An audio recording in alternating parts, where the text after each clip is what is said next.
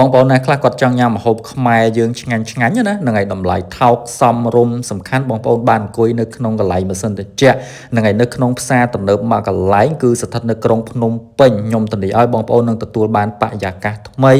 ការរៀបចំគឺស្អាតគាំទ្រផលិតផលខ្មែរបងប្អូនកុំភ្លេចហ្នឹងហើយតាមដានទស្សនាវីដេអូរបស់ខ្ញុំជាបន្តបន្ទាប់ដូចតទៅថ្ងៃនេះចង់នាំបងប្អូនមកផ្សារទំនើបជីបម៉ុងបងប្អូនណាហ្នឹងហើយ Mega Mall ផ្លូវ271តាមពិតទៅខ្ញុំមកច្រើនលើកច្រើនសារហើយខ្ញុំនិយាយត្រង់ហ្មងខ្ញុំធ្វើវីដេអូលើកមុនខ្ញុំថតចោលបងប្អូនហ្នឹងហើយខ្ញុំថាកាត់តដែរបានកាត់តទេហ្នឹងហើយរហូតដល់ខ្ញុំលក់ទូរស័ព្ទចោលបាត់ទៅហើយក៏មករឿយៗម្ដងជា2ដងនិយាយទៅច្រើនដងហើយមិនម្ដង2ដងទេលើសពី2ដងបងប្អូនណាហ្នឹងហើយចូលចង់10ដងហើយទំនឹកឃើញថាលើកនេះអូបានមកចង់ចែកម្លែកបងប្អូនទាំងអស់គ្នាតាក់ទងជាមួយនឹងផ្សារខ្មែរយើងបងប្អូនហ្នឹងហើយផ្សារនេះគឺធំទូលាយល្អណាស់បងប្អូនហើយវានៅលើផ្លូវធំណាហើយសំខាន់នៅក្នុងកន្លែងផ្សារទំនើបគេនេះគឺគេមានលក់របស់របរគឺច្រើនមែនតើបងប្អូនតែគាត់ថាចំណុចដែលខ្ញុំចាប់អារម្មណ៍ឲ្យភាគច្រើនខ្ញុំមកហ្មងគឺខ្ញុំទៅញ៉ាំអីនៅខាងក្រោយបងប្អូនណានឹងគេមានផ្សារខ្មែររបស់យើងមួយនៅខាងក្រោយតែមុនទៅដល់ខ្ញុំសូមបង្ហាញបងប្អូនទាំងអស់គ្នានឹងហើយតាក់ទងជាមួយនឹងបរិយាកាសនៅក្នុងផ្សារបងប្អូនណាហ្នឹងហើយពេលដែលយើងចូលមកពីច្រកធំបងប្អូនហ្នឹងហើយយើងកលេចមកស្ដាំដៃមកខាងនេះគឺលក់សម្ភារៈផ្ទះបាយបងប្អូនណាហ្នឹងហើយខាងឆ្វេងដៃខ្ញុំនេះគឺភាគច្រើនគឺសម្លៀកបំពាក់បងប្អូនហ្នឹងហើយសម្លៀកបំពាក់ brand អីផ្សេងហើយក៏ដូចជានៅចំកដាលនេះគឺគេមានជាគេហៅថាស្តង់របស់ Samsung ណាបងប្អូនផលិតផល Samsung ហើយក៏ដូចជាបងប្អូនកលេចមកខាងលើមិញហ្នឹងគឺឃើញមាន4-5ជាន់ណាបងប្អូនហ្នឹងហើយសម្រាប់បងប្អូនដែលគាត់ថ្ងៃសៅរ៍អាទិត្យឬក៏ថ្ងៃបុណ្យទានអត់ដឹងតើណាបងប្អូនសាកមកលេងមកបងប្អូនហើយអ្វីដែលខ្ញុំចូលចិត្តនៅកន្លែងនេះជាងគេគឺផ្សារខ្មែរបងប្អូនណាហ្នឹងហើយព្រោះដោយសារមានម្ហូបគឺឆ្ងាញ់មែនតើឥឡូវនេះខ្ញុំបង្ហាញបោះលើបងប្អូនទាំងអស់គ្នាដើម្បីយើងឡើងទៅដល់លើបងប្អូនតាមពិតច្រកវាពេលដែលបងប្អូនចូលមកគឺវានៅខាងក្រោយជាន់ទី1អញ្ចឹងបងប្អូនឡើងតាមចរាយន្តមួយជាន់មកបើសិនជាបងប្អូនរកកន្លែងអត់ឃើញណាហ្នឹង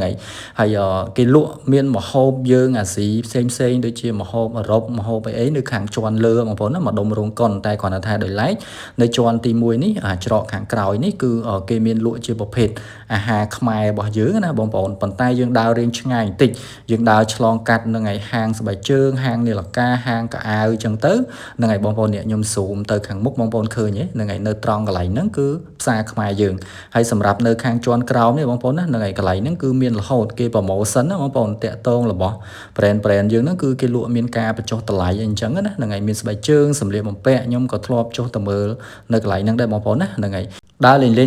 ឡូវនេះយើងមកដល់ហើយបងប្អូនណាហ្នឹងហើយនេះគឺជាភូមិខ្មែរណាហ្នឹងហើយអ្នកធ្វើអញ្ចឹងយើងឃើញការដេគ័ររបស់គេគឺស្រស់ស្អាតមែនតើបងប្អូនណានេះគឺច្រកធំច្រកចូលណាគេមានច្រកចេញច្រកចូលអញ្ចឹងទៅហើយនៅខាងលើបងប្អូនឃើញគឺសិតតកម៉ាហើយបងប្អូនដើរមកតាមច្រកនេះគេដាក់ផ្សារជីបម៉ុងណាក្នុងហ្នឹងគឺមានផ្សារទំនើបគេនៅស្ដាំដៃហ្នឹងហើយប៉ុន្តែគេមានស្តង់ដូចជាការលក់សម្លៀកបំពាក់ហ្នឹងហើយគ្រឿង accessory អីផ្សេងរបៀបរបស់ខ្មែរយើងណាបងប្អូនហ្នឹង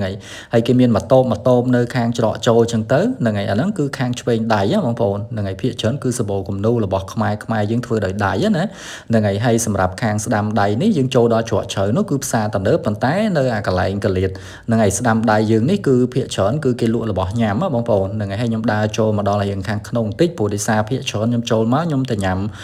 អាកន្លែងបាយមន់ណាបងប្អូនមន់ចាហុយកន្លែងហ្នឹងគឺឆ្ងាញ់មែនតើខ្ញុំភាគច្រើនមកហ្នឹងហើយឲ្យតែកន្លែងណាឆ្ងាញ់គឺទៅរកតែកន្លែងហ្នឹងទេហើយនៅខាងក្នុងនេះគឺលក់សពបែបយ៉ាងហ្មងបងប្អូនណាសិតតែម្ហូបខ្មែរយើងនិយាយទៅមានតាំងពីកាទៀវមានមីលតឆាបាយឆា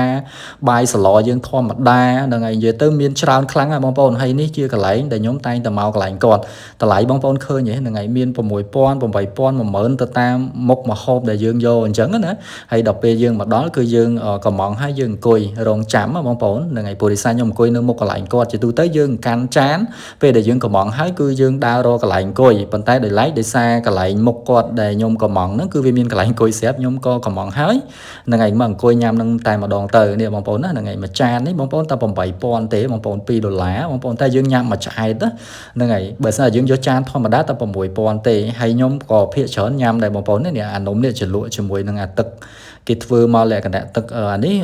ដូចជាស្លឹកតើយបងប្អូនហ្នឹងហើយគេធ្វើខ្ទិះវាមកធុំឈ្ងុយដូងហើយធុំឈ្ងុយស្លឹកតើយ